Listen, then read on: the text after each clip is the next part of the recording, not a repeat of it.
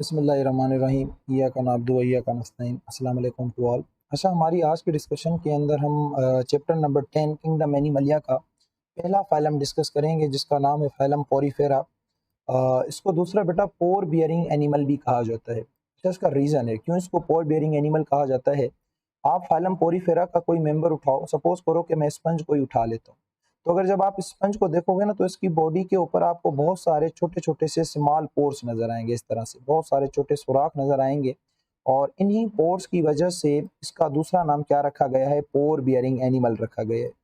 ये पोर्स क्यों होते हैं, क्या काम करते हैं, मैं थोड़ी देर में आप लोगों के साथ डिस्कस करता हूँ और इनको क्या कहा जाता है थोड़ी देर में आप लोगों के साथ डिस्कस करते हैं। अच्छा, इस फाइलम के अंदर नियर अबाउट आपको कोई 5000 के करीब क्या मिलती हैं, स्पीशीज मिलती हैं। उसके अलावा अगर आप लोगों से पूछा जाए कि बेटा यूनिसेलुलर की कैटेगरी के अंदर सबसे सिंपल लिविंग ऑर्गेनिज्म कौन सा है, तो आप कहोगे कि सर वो हमारे पास बैक्टीरिया है। सही, हमने पढ़ा भी है पहले चैप्टर के अंदर, फर्स्ट चैप्टर के अंदर।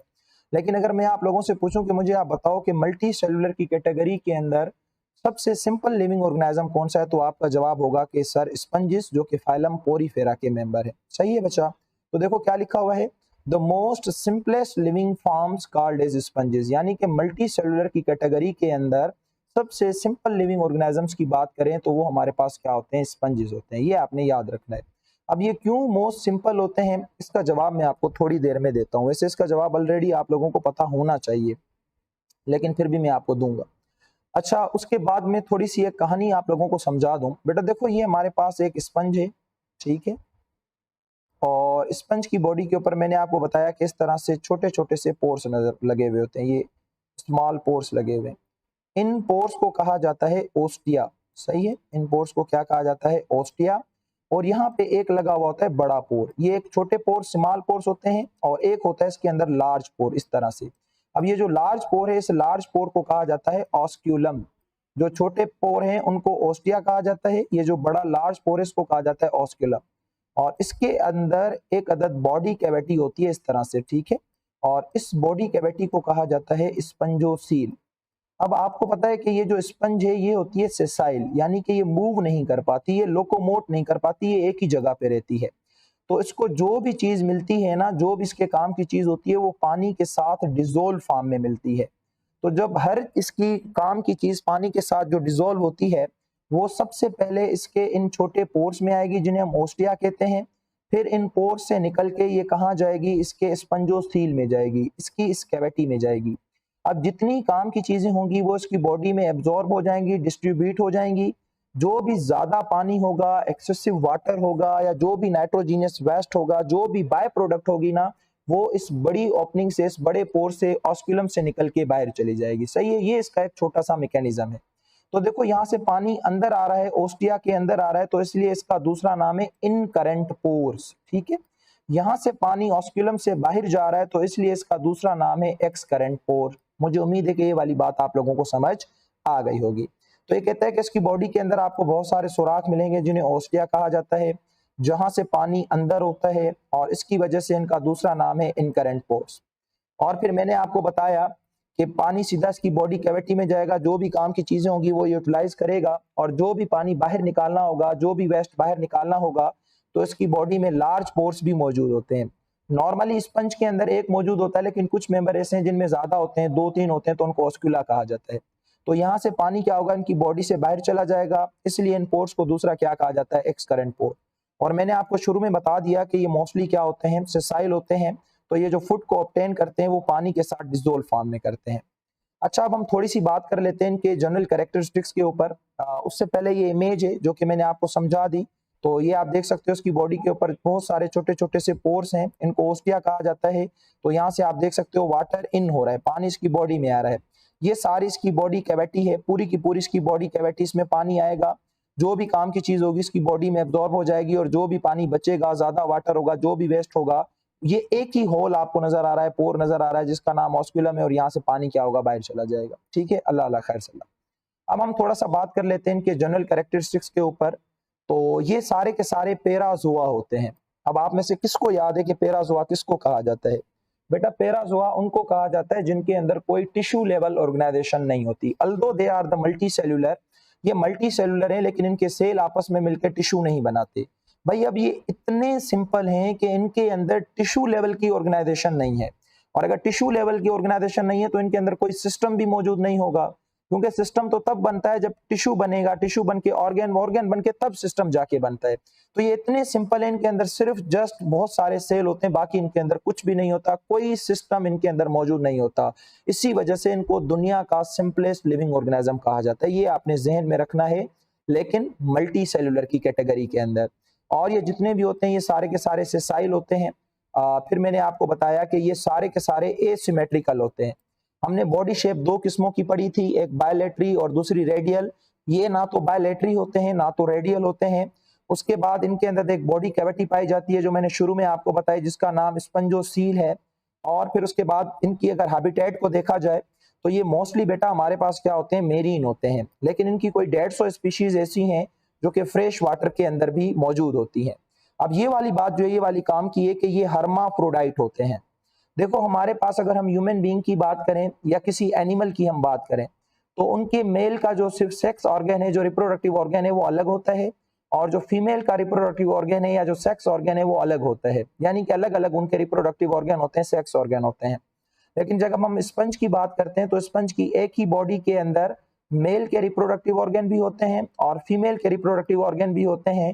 तो ऐसे ऑर्गेनिजम्स जिनकी बॉडी के अंदर दोनों मेल फीमेल दोनों रिप्रोडक्टिव ऑर्गन पाए जाएं, उनको हर्माफ्रोडाइट कहा जाता है। ये बेटा आपने क्या रखना है, याद रखना है। बाकी मैंने आपको बता दिया कि ये इतने सिंपल हैं कि इनके अंदर आपको किसी भी किस्म का कोई भी सिस्टम नहीं मिलेगा, फिर चाहे वो नर्वस हो, चाहे रेस्पिरेटरी हो, या व्हाटएवर जो भी सिस्टम इसके अंदर हो। सही है।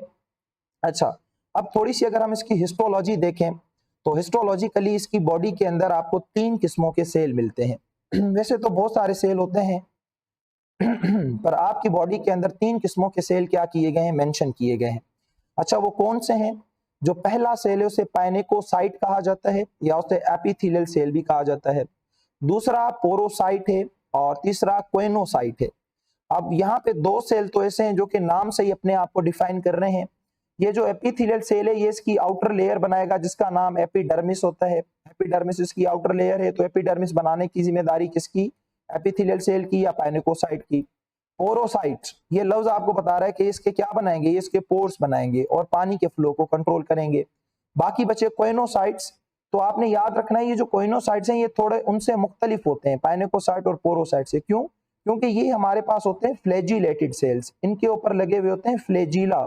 और इनका काम क्या होता है? इनका काम ये होता है कि ये जो हमने स्पंजोसील पढ़ी थी ना, बॉडी कैविटी, तो बॉडी कैविटी बनाने में इन सेलों का बड़ा रोल होता है। उसकी अंदर वाली लाइनिंग बनाने में, बॉडी कैविटी बनाने में ये कोइनोसाइट्स क्या करते हैं, मदद करते हैं। तो वो आपसे पूछ सकते हैं कि नीचे दिए गए तीनों सेलों में से बताओ कौन से फ्लैजिलेटेड सेल हैं।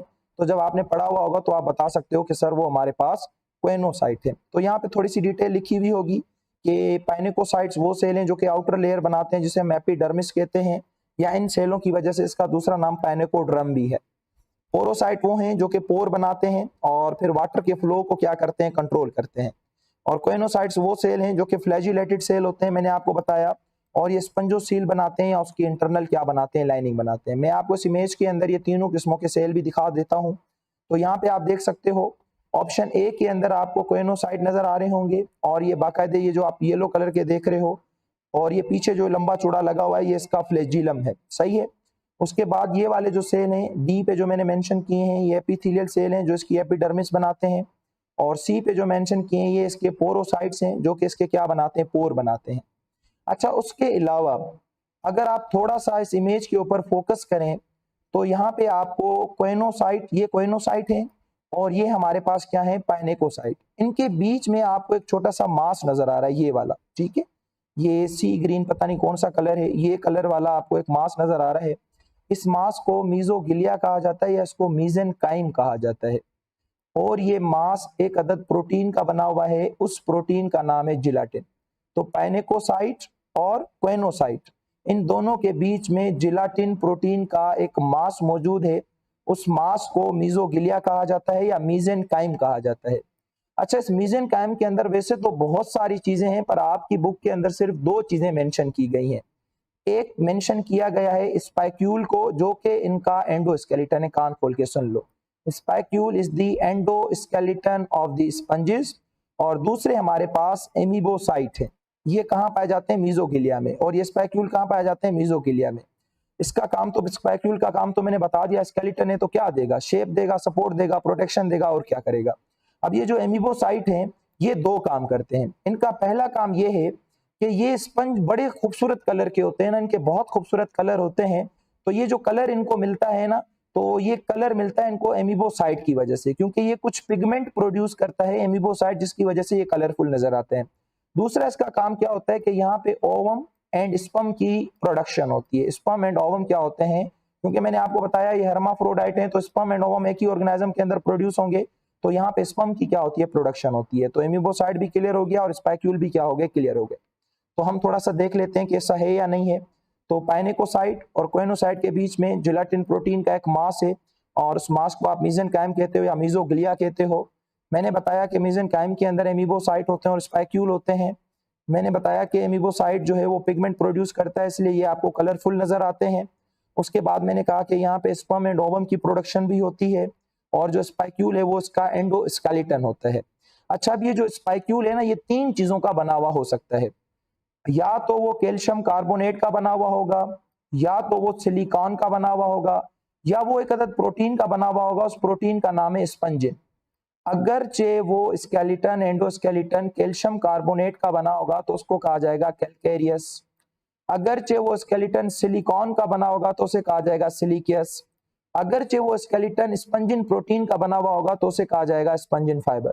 तो तीन किस्मों के स्केलेटन इसके अंदर पाए जाते हैं, कैलकेरियस, सिलिकियस और स्पंजिन फाइबर। और इस स्केलेटन की बुनियाद पे ही आगे चल के आप इसकी तीन क्लासें पढ़ोगे, जिसमें एक के अंदर कैलकेरियस होगा, एक के अंदर सिलिकियस होगा, तीसरे के अंदर स्पंजिन फाइबर। अब आगे चल के आपको सिर्फ उन क्लासों के नाम याद करने हैं बस। तो यानी आपको ये भी पता चल गया कि फाइलम पोरीफेरा के मेंबर को तीन क्लासों में डिवाइड किया गया है।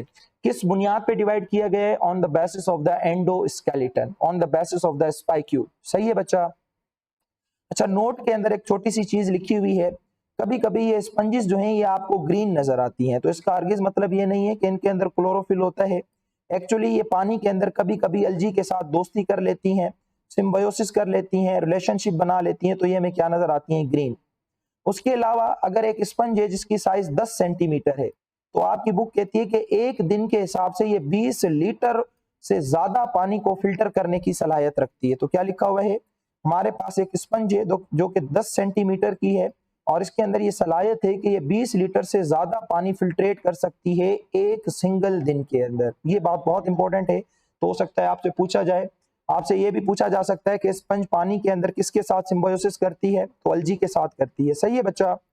अच्छा, हमने कहा था कि इसकी बॉडी कैविटी जो है उसको स्पंजोसील कहा जाता है। बेटा ये स्पंजोसील होती हैं तीन किस्मों की। सही है? एक एस्कन, एक साइकन और एक लीकन। ये बहुत आसान है, बहुत। इसकी थ्योरी हम बाद में देखते हैं, मैं पहले इमेज आपको समझा के आता हूँ। आप खुद बेटा समझदार हो। एक आपको कैविटी ऐसी नजर आ रही है जो कि बिल्कुल क्या है? प्लेन है, यानी कि कोई फर्दर डिवीजन मौजूद नहीं है। ऐसी कैविटी जो बिल्कुल प्लेन है, जिसके अंदर कोई ब्रांच नहीं है, उसको एस्कन कहा जाता है। ऐसी बॉडी कैविटी जिसके अंदर आपको ये सेकेंडरी ब्रांच नजर आ रही है ना, ये सेकेंडरी ब्रांच आपको नजर आ रही है, जिसके अंदर सेकेंडरी ब्रांचेस मौजूद होंगी, उसको साइकन कहा जाएगा। और इसके अंदर आप देखो सेकेंडरी के साथ साथ टर्शनरी, क्वार्टनरी बहुत सारी ब्रांचेस मौजूद हैं, तो इसको ल्यूकन कहा जाएगा। हो सकता है वो आपसे इमेज की फॉर्म में पूछ लें, या हो सकता है वो आपसे सिंपल फॉर्मेट के अंदर भी ये सवाल पूछ सकते हैं। तो इसकी थ्योरी के अंदर आप देख सकते हो। तो थ्योरी के अंदर आपको एस्कन टाइप की भी नजर आ रही है, साइकन टाइप की भी नजर आ रही है, और ल्यूकन टाइप की भी आपको इसके अंदर जो है स्पंजोसील नजर आ रही है। तो ये एस्कन जो टाइप है ये सिंगल कैविटी है, जो साइकन टाइप है ये इसके अंदर सेकेंडरी चैम्बर्स होते हैं, और जो ल्यूकन टाइप है इसके अंदर सेकेंडरी और टर्शरी चैम्बर्स होते हैं। तो यहाँ से भी बेटा आप लोगों से सवाल जो है वो पूछे जा सकते हैं। मुझे उम्मीद है कि आज का टॉपिक आप लोगों को समझ आया होगा। हम अपनी डिस्कशन को यहीं पे वाइंड अप करते हैं। इंशाल्लाह अगली क्लास के अंदर हम इसकी रिप्रोडक्शन पढ़ेंगे, और प्लस में जो है हम इसकी क्लासिफिकेशन भी पढ़ेंगे on the basis of the spicules, जो कि सरफेसली मैं आप लोगों को पढ़ा चुका हूँ। तब तक के लिए अल्लाह हाफिज, अपना बहुत सारा ख्याल रखिएगा।